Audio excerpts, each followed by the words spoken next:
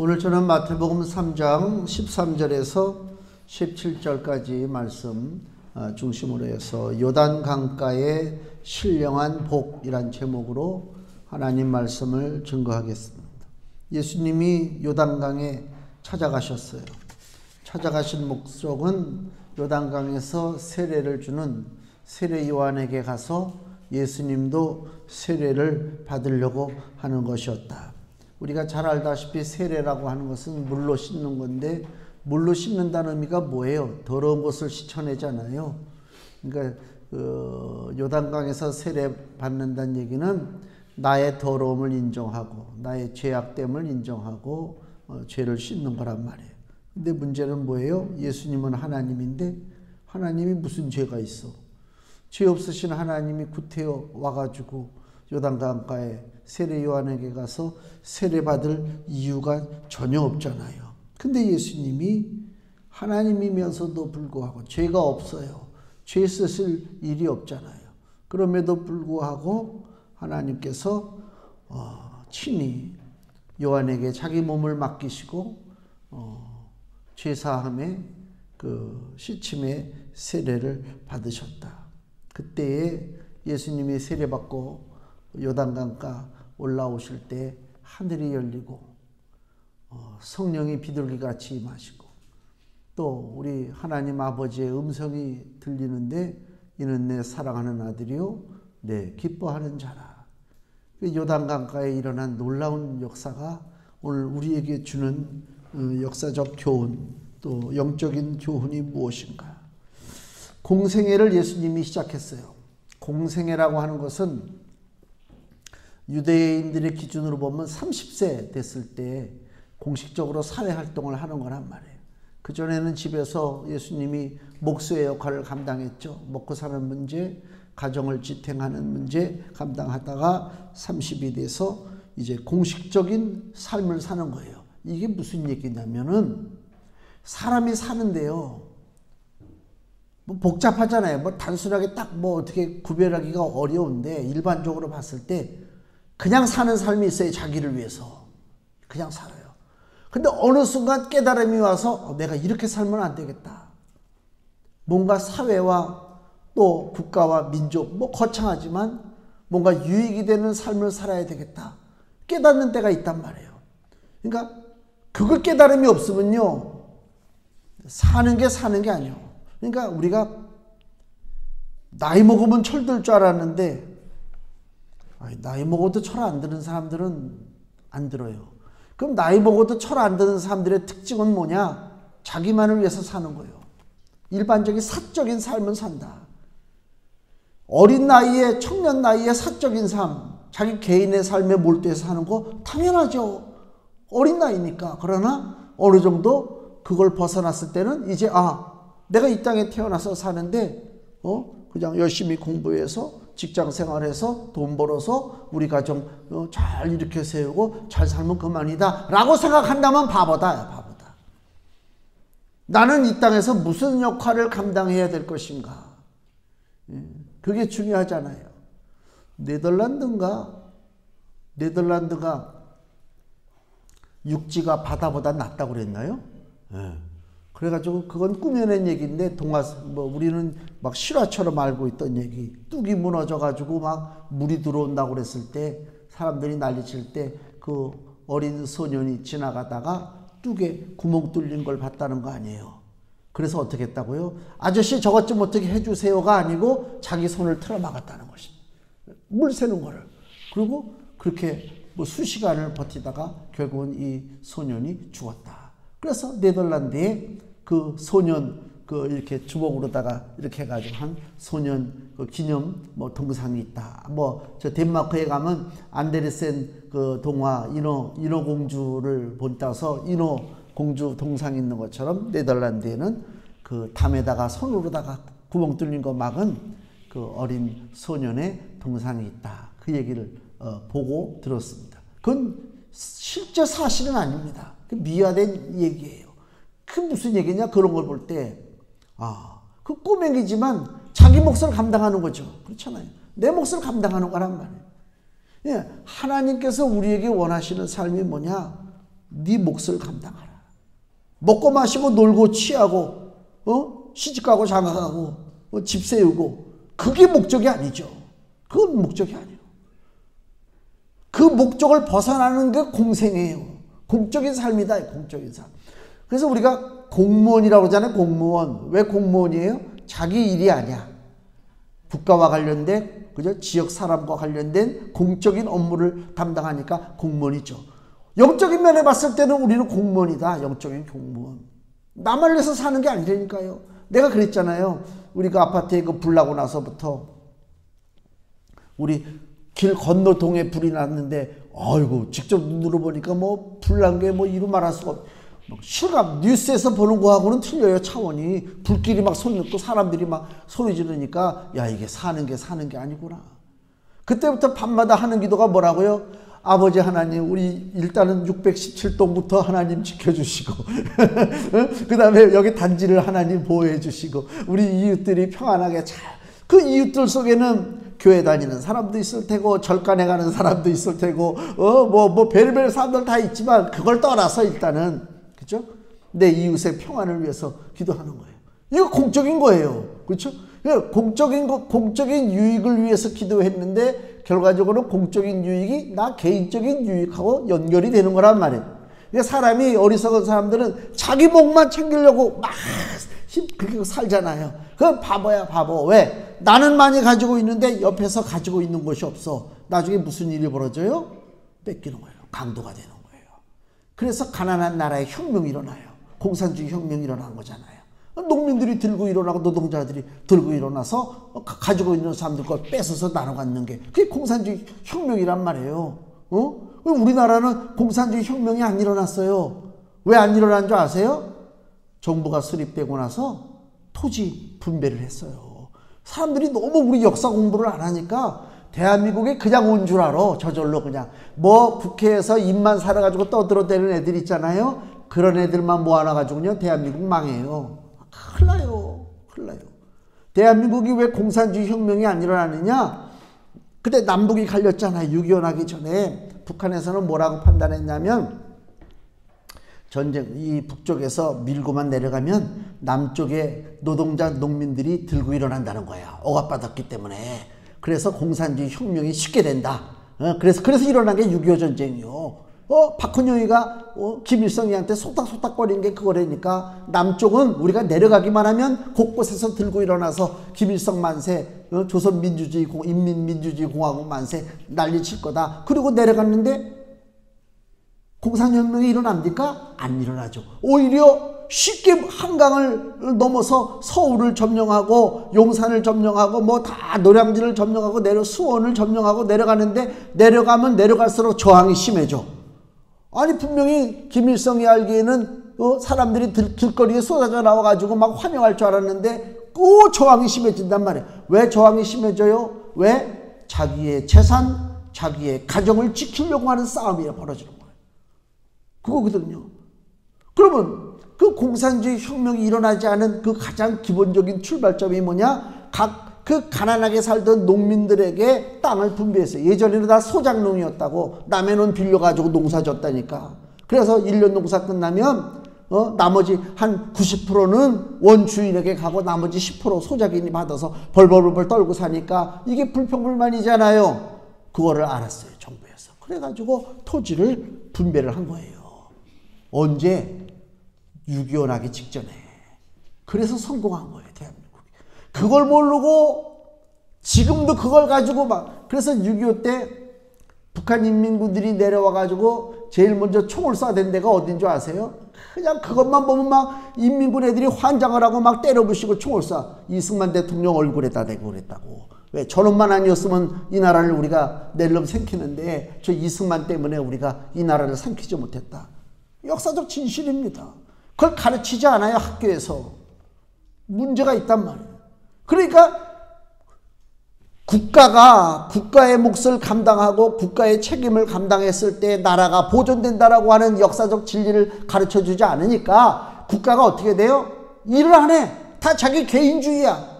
개인주의 나라는 어떻게 돼요? 나라 망하는 거 아닙니까? 우리나라만 그런 게 아니고 온 세계가 마찬가지. 미국도 마찬가지잖아요. 대통령 선거 끝났잖아요. 그 대통령 새로 된 사람 얘기가 뭐예요? 자국 우선주의요. 미국 우선주의라니까 남의 나라에서 죽든 말든 전쟁이 벌어지든 말든 신경 안 쓴다. 우리만 싸운다. 우리만 지킨다. 이게 자국 우선주의, 이기주의, 공적인 것을 포기하는 삶. 무서운 세상에 우리가 지금 살고 있단 말이에요. 남의 일에 관여한다고 하는 것은 피곤한 거예요. 그렇잖아요. 내 일도 바빠 죽겠는데, 나 살기도 힘들어 죽겠는데 남의 일에 관여하고 살아? 다 자기 일만 그냥 집중해서 삽니다. 하나님도 마찬가지요. 하나님도 하나님의 것만 지키고 영광을 누리고 살면 되는데 하나님이 하나님의 것을 버리고 이 땅에 오셨단 말이에요. 왜? 공적인 것을 위해서.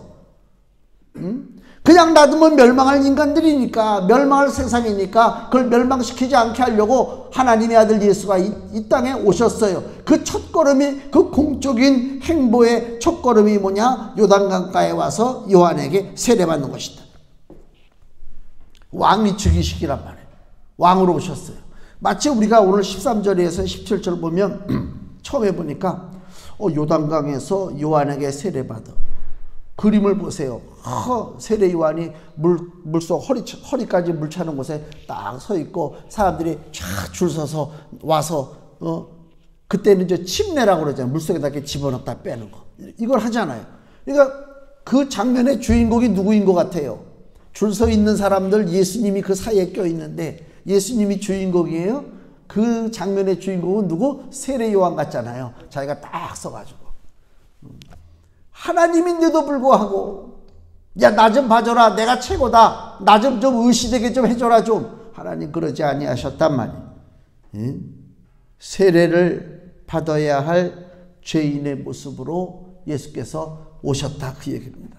그걸 봐야 돼요. 그게 대통령도 그렇고 뭐 각 기관장도 그렇고 뭐 장관도 그렇고 보면은 자기가 이제 새롭게 그 자리에 임명을 받아서 가면 즉위식을 해요. 임명식 뭐 그런 거 있잖아요. 그러면 직원들 쫙 세워놓고 이제 일장 훈시를 하고 막 이러잖아요. 가관이지 진짜. 아이고. 예? 뭐 대통령 취임한다고 그냥 뭐 사람들 그냥 쫙 갖다 놓고 그냥 막 그런 거 하잖아요. 지난번에 영국의 왕 찰스 왕인가? 자기 엄마 죽고 나서 왕이 됐잖아요. 그때 막 대관식 하는 거 보셨어요? 막 왕관 다이아몬드가 이만한 게 박힌 왕관 그냥 탁 쓰고 그냥 막 굉장하잖아요. 그게 다 어리석은 짓거리 하고 있는 것이다.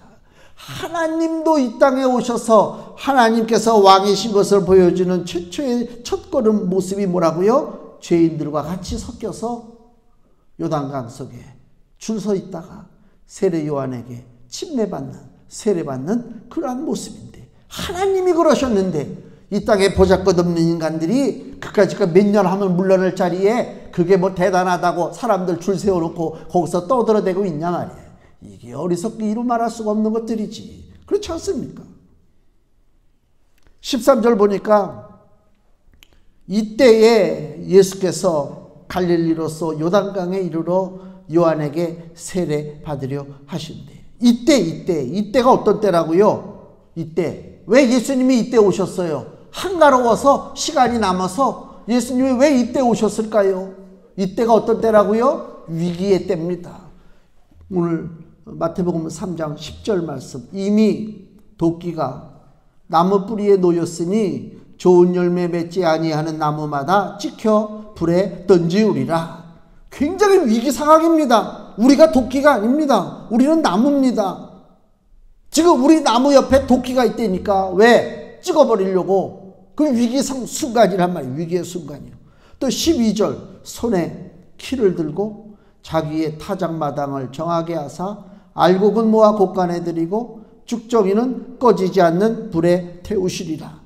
이게 마지막 심판이잖아요.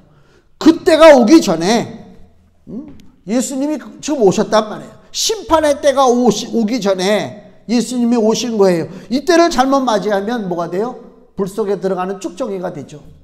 반대로 이 때를 잘 이용하면 하나님의 은혜와 사랑과 복을 받게 된다. 그 얘기입니다. 우리가 잘 알지만 창세기에 쌍둥이 형 에서 이야기를 알잖아요. 에서가 사냥하고 돌아왔어요. 너무 배가 고파가지고 뭘 먹으려고 하는데 동생 야곱이가 죽을 쓰고 있었잖아요.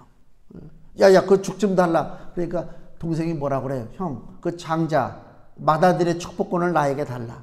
야, 그까짓 그 맏아들의 축복권이 그게 무슨 형식적인 거고 말만 있는 거지 무슨 소용이냐. 그래 너 가져라 야 맏아들의 축복권. 그리고 동생 야곱에게 주고 팥죽 한 그릇 먹었잖아요. 아무것도 아닌 줄 알았어요. 그렇잖아. 내가 뭐 달라지는 게 뭐 있어? 난 그래도 이 집의 맏아들인데.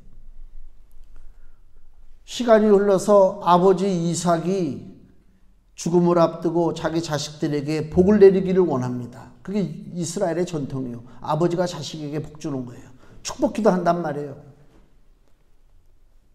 축복기도 하는데 뭐라고 먼저 이삭이 조건을 거두냐면 누구든지 아들 에서와 야곱에게 하는 얘기가 너희들은 나가서 사냥하는 사람은 사냥을 해서 가져오든 뭐 농사지면 농산물을 가져오든 그거 자기가 애쓴 거로다가 요리를 해서 나한테 가져와라. 내가 맛있게 먹고 너희를 복을 주리라. 그랬어요. 그리고 다 흩어졌어요. 에서는 사냥하러 나가고 야곱은 뭐 농작물 거두러 나갔어요. 근데 야곱과 에서의 어머니가 리브가인데 리브가가 그 둘째 아들 야곱에게 야 아버지가 복을 주시는데 너 복 뺏기면 안 된다. 형이 받아야 할 복을 네가 받아야 된다. 그랬어요. 에서는 털이 많잖아요. 그래가지고 야곱의 손에다가 털을 두르고 어머니가 리브가가 대신 요리해준 음식을 가지고 아버지 이삭에게 갔잖아요. 아버지가 돌아갈 때 됐어요. 눈이 어두워서 보지는 못하지. 너가 누구냐? 예, 저는 에서입니다. 야곱이 속였단 말이에요. 어디 좀 보자. 목소리는 야곱 목소리인데 네가 에서라고? 한번 보자. 딱 할 때 손을 만져보니까 여기 털옷을 입었으니까 털이 많잖아. 아하, 목소리는 야곱이로되 몸은 에서로다. 그리고 그 야곱에게 이삭이 엄청나게 축복을 합니다. 엄청나게 축복을 하는 거예요. 우리가 생각할 때 야 저렇게 아버지를 속이고 저 엄마 리브가도 그렇지 왜 이렇게 저렇게 속여가면서까지 야곱에게 복을 받게 하는가? 이게 하나님의 순리입니다. 하나님의 계획이에요. 어쩔 수가 없어요. 인간의 도하고는 상관없어요. 그래가지고 야곱이 아버지를 통해서 엄청난 복을 받았단 말이에요.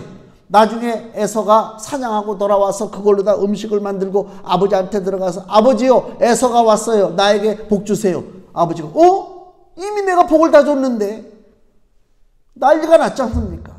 거기 성경에 뭐라고 기록되어 있냐면요. 창세기를 보세요. 그 에서의 심정을 보세요. 창세기 27장 36절. 창세기 27장 36절. 구약성경 40페이지. 에서가 가로되 그의 이름을 야곱이라 함이 합당치 아니하니까 그가 나를 속임이 이번이 두 번째니이다. 전에는 나의 장자의 명분을 빼앗은 게 아니고 자기가 팔아버렸지. 장자의 명분을 빼앗고 이제는 내 복을 빼앗았나이다. 또 가로되 아버지께서 나를 위하여 빌 복을 남기지 아니하셨나이까. 이삭이 에서에게 대답하여 가로되 내가 그를 너의 주로 세우고 그 모든 형제를 내가 그에게 종으로 주었으며 곡식과 포도주를 그에게 공급하였으니 내 아들아 내가 네게 무엇을 할 수 있으랴. 더 이상 복을 빌 수가 없다는 것입니다. 그때 38절 에서가 아비에게 이르되 내 아버지요 아버지의 빌 복이 이 하나뿐 이리이까 내 아버지요 내게 축복하소서 내게도 그리하소서 하고 소리를 높여 울었다. 때가 있어요. 때가. 그때를 놓쳤단 말이에요. 이 에서는 하나님의 은혜의 때 하나님의 축복의 때를 우습게 본 거예요. 우습게 본 거예요. 저는 어떤 마음으로 하나님 말씀을 전하냐면요. 진짜 그래요. 주님 앞에 내가 그거에 대해서는 마음에 거리끼거나 양심에 걸리는 것이 없습니다. 제가 말씀을 준비하고 말씀을 선포할 때 어떤 마음인 줄 아세요? 졸아도 상관없어. 못 알아들어도 상관없어. 그러나 하나님의 권능의 말씀이 성도들의 심령 속에 들어가서 그 심령을 살리고 그 인생을 바꾸고 그 삶을 복되게 해주실 줄로 믿습니다 하고 전하는 거예요. 못 깨달아도 상관없어요. 그렇잖아요. 우리가 잠에서 금방 깨가지고 일어나서 밥을 먹으면 이 밥이 입으로 들어가는 거냐, 코로 들어가는 거냐, 맛도 모르고 먹잖아요. 그래도 상관없어. 먹으면 돼. 먹으면 된다니까. 못 알아들어도 상관없다니까. 전하는 자가 어떤 마음이라고요? 아버지, 이 말씀이 저들에게 생명이 되고 양식이 되고 은혜가 되고 복이 되게 해주세요. 그런 마음으로 전하는 거예요. 그러니까 이게 소중한 거거든요. 그게 무슨 얘기냐? 하나님이 주시는 복을 소홀히 여기면 안 돼요.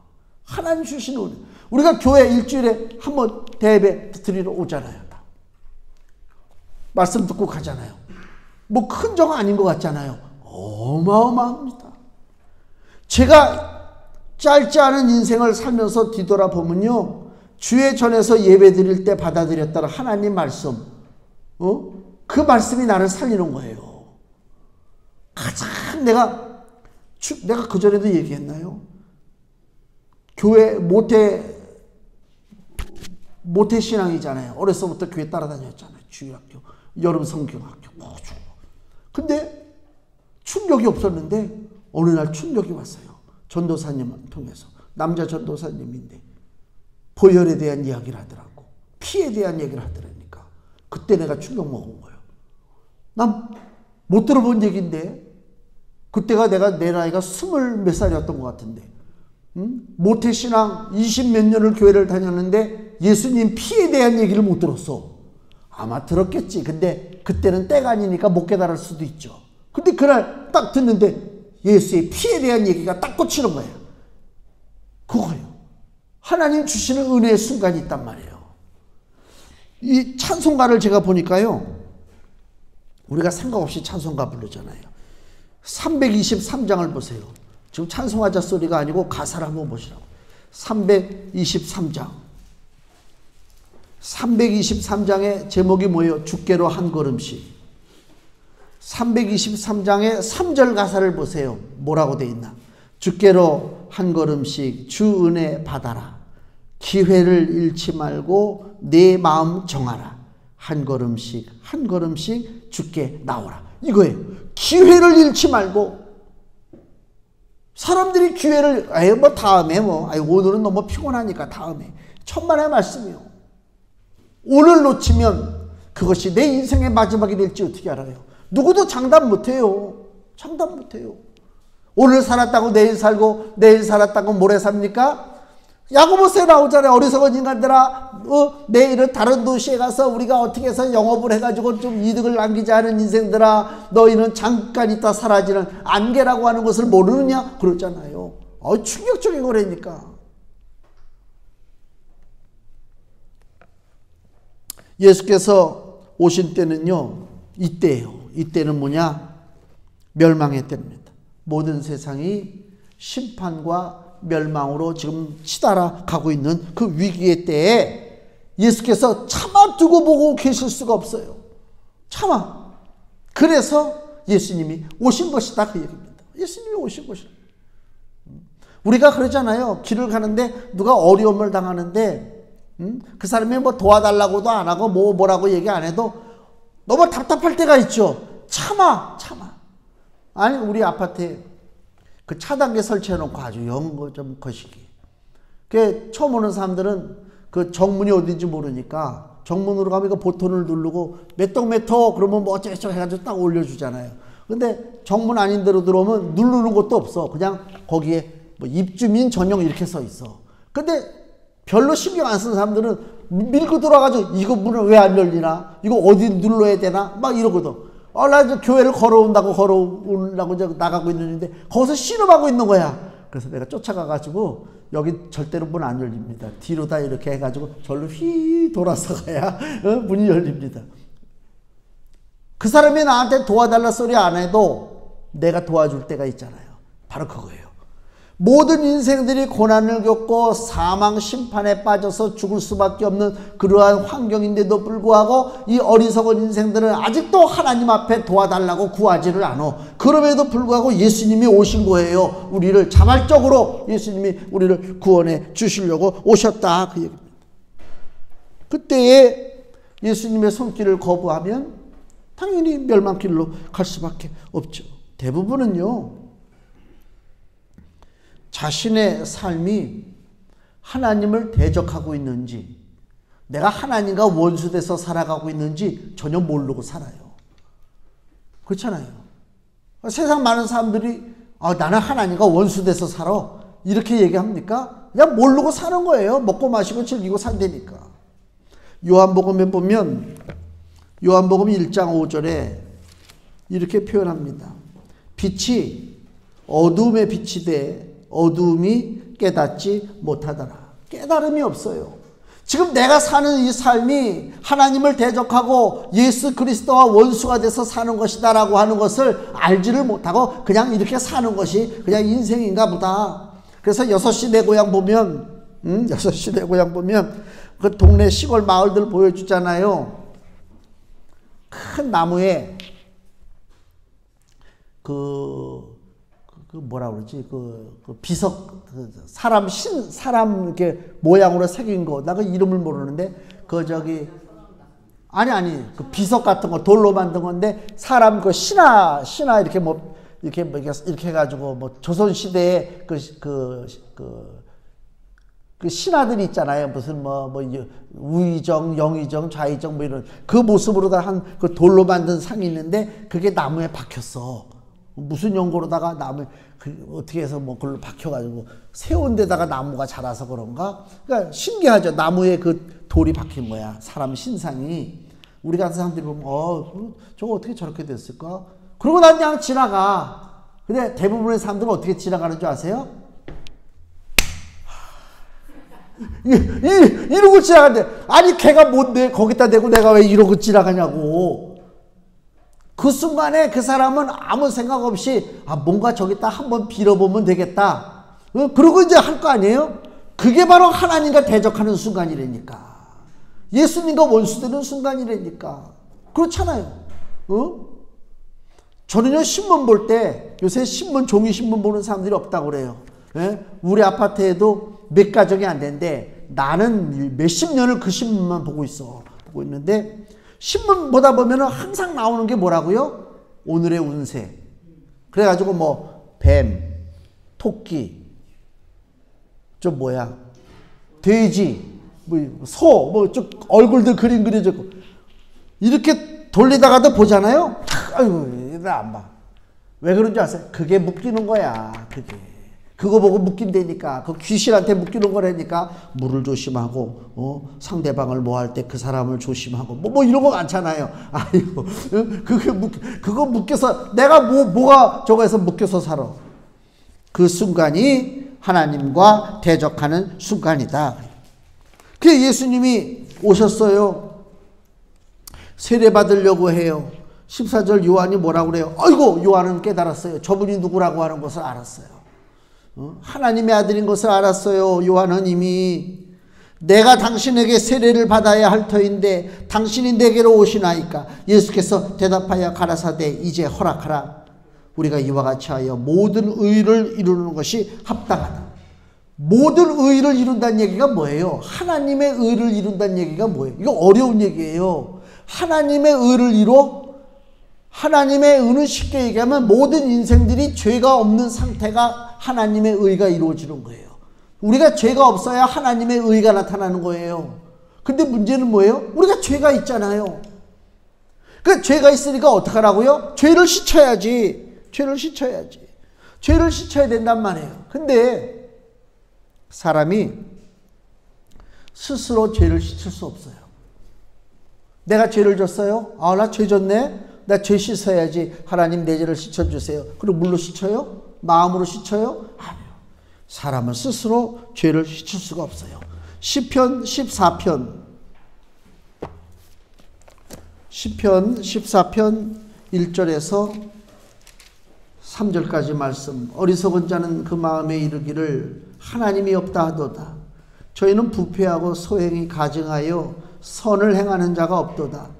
여호와께서 하늘에서 인생을 굽어 살피사 지각이 있어 하나님을 찾는 자가 있는가 보려 하신즉 다 치우쳤으며 함께 더러운 자가 되고 선을 행하는 자가 없으니 하나도 없도다. 이것이 하나님의 판단입니다. 사람은 스스로 죄를 씻지 못합니다. 사람은 스스로 선하게 살 수가 없습니다. 결국은 다 쭉정이가 되어서 불심판 받을 수밖에 없는 것이 사람들의 운명이다. 즉 그 얘기입니다. 근데 한 가지 길이 있잖아요. 내가 씻을 수 없는 죄를, 나는 내 죄를 못 씻죠. 이 죄를 어떻게 하라고요? 예수님이 내 죄를 대신 짊어지면 될 거 아닙니까? 내 죄를 씻으란 얘기가 아닙니다. 예수님 내 죄를 씻어주세요가 아닙니다. 예수님이 내 죄를 짊어지시는 거예요. 근데 그 예수님이 죄를 짊어지시려면은,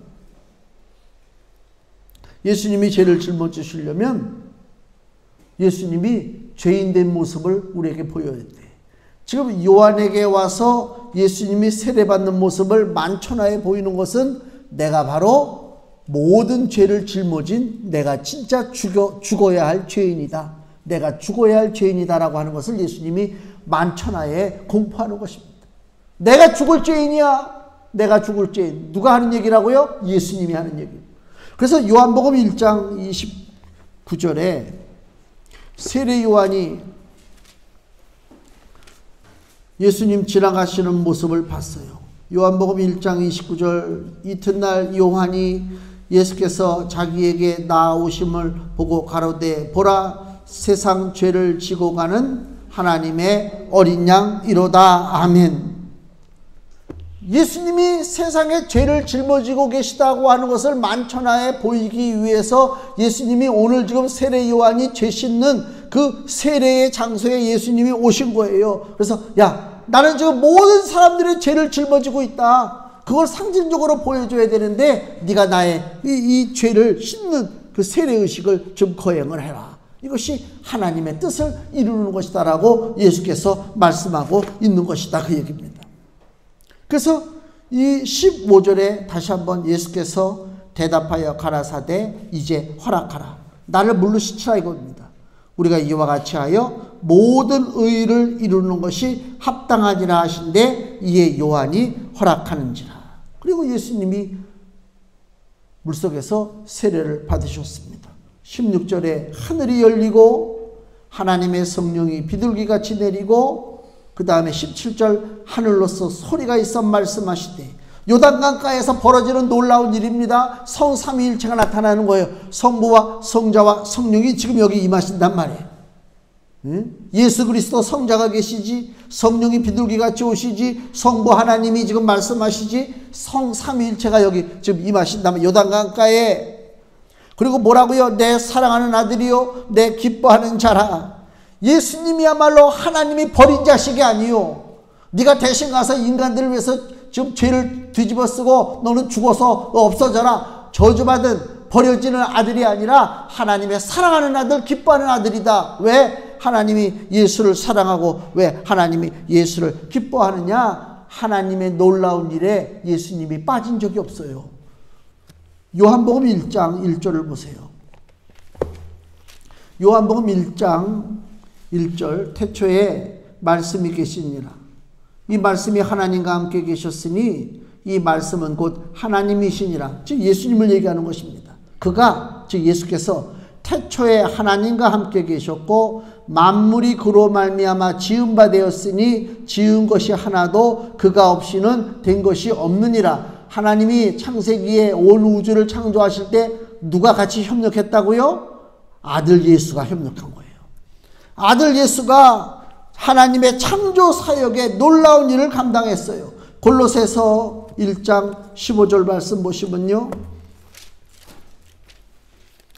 신약성경 323페이지 골로새서 1장 15절 16절 그는 예수님은 보이지 아니하시는 하나님의 형상이요 모든 창조물보다 먼저 나신 자니 만물이 그에게 창조되되 만물이 어떻게 창조됐다고요? 예수님을 통해서 창조됐다 그 얘기입니다.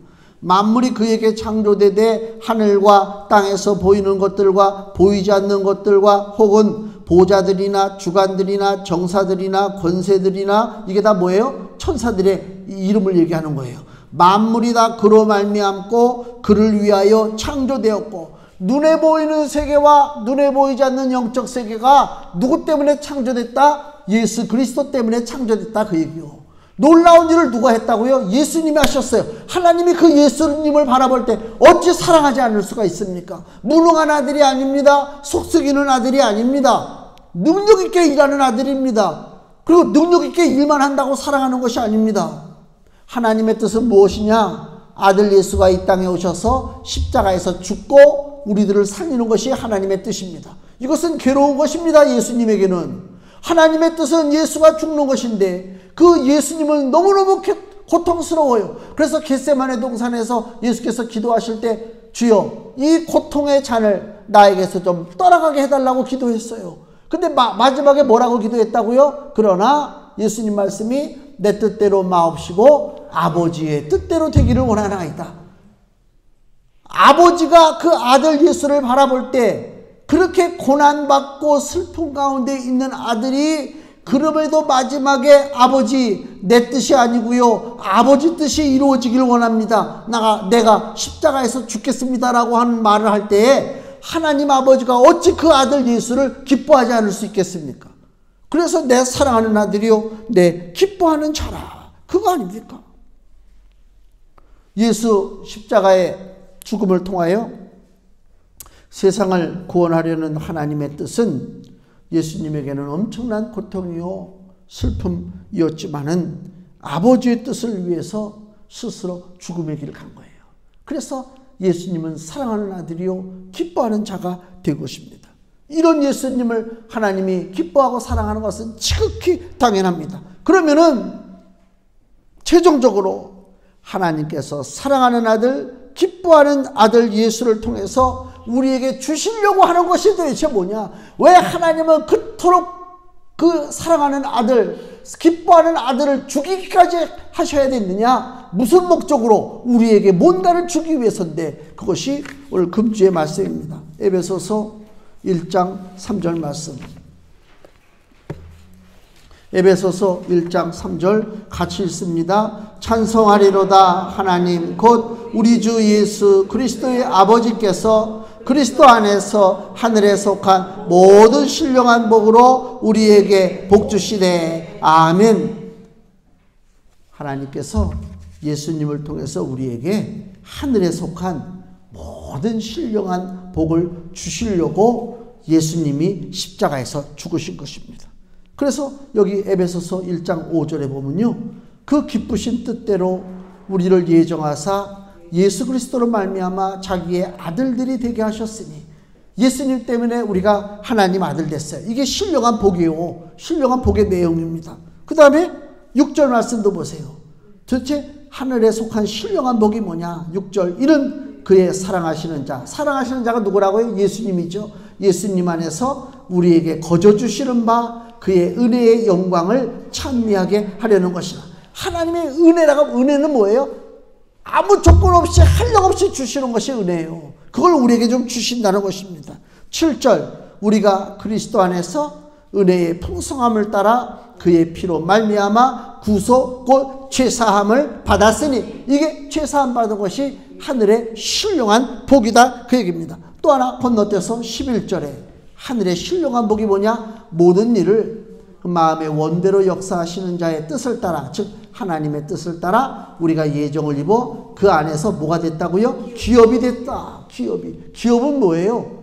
기업은 경영하는 것이죠. 기업 경영은 누가 해요? 사람이 하죠. 우리를 하나님이 기업이라고 할 때는 우리를 누가 경영하느냐? 하나님이 경영하시는 줄로 믿습니다. 우리는 그냥 사는 인생이 아니에요. 그때 그냥 내 승질대로 사는 게 아니라 하나님이 나를 경영하신단 말이에요. 하나님이 경영하시는 기업은 망하지 않습니다. 예? 경기 뭐에 영향받지 않습니다. 우리가 바로 우리 자신이 하나님이 경영하는 기업이 된다 그 얘기입니다. 그리고 하늘의 신령한 그 복의 마지막이 뭐냐? 13절 에베소서 1장 13절 그 안에서 너희도 진리의 말씀 곧 너희의 구원의 복음을 듣고 그 안에서 또한 믿어 약속의 성령으로 인치심 하나님이 우리에게 도장을 딱 눌러줬다. 도장을 찍었다는 얘기는 뭐예요? 하나님의 소유가 되었다 그 얘기입니다. 우리는 마귀 소유가 아닙니다. 우리는 세상의 소유가 아닙니다. 우리는 하나님의 소유가 되었습니다. 하나님의 소유가 되었기 때문에 세상이 우리를 싫어합니다. 하나님의 소유가 되었기 때문에 세상의 원수마귀들이 우리를 건드지 못합니다. 담대한 믿음으로 싸움을 두려워하지 마세요. 담대한 믿음으로 영적 싸움 싸우세요. 지금 시대가 얼마나 악한지는 몰라요. 너무너무 악합니다. 악하고 이루 말할 수가 없어요. 지금 그래서 저쪽 어느 교단은 내가 얘기 안 하지만 그 교단은 지금 갈라져서 싸워요. 왜 교단이 갈라져서 싸우는 줄 아세요? 같은 교단인데 어느 목사들은 동성애 지지하고 어느 목사들은 동성애 반대하고. 이거는 사람의 주의 주장이 아니라 하나님이 어떻게 보시느냐, 왜 소돔과 고모라가 멸망당했느냐, 그거 보면 될 거 아닙니까? 세상은 악합니다. 그 악한 세상에 우리는 하나님의 소유된 자로 삽니다. 담대한 믿음과 용기를 가지고 삽니다. 이러한 놀라운 역사가 오늘 요단강가에서 신령한 복으로 예수 그리스도를 통해서 우리에게 임하신 줄로 믿습니다. 기도하겠습니다.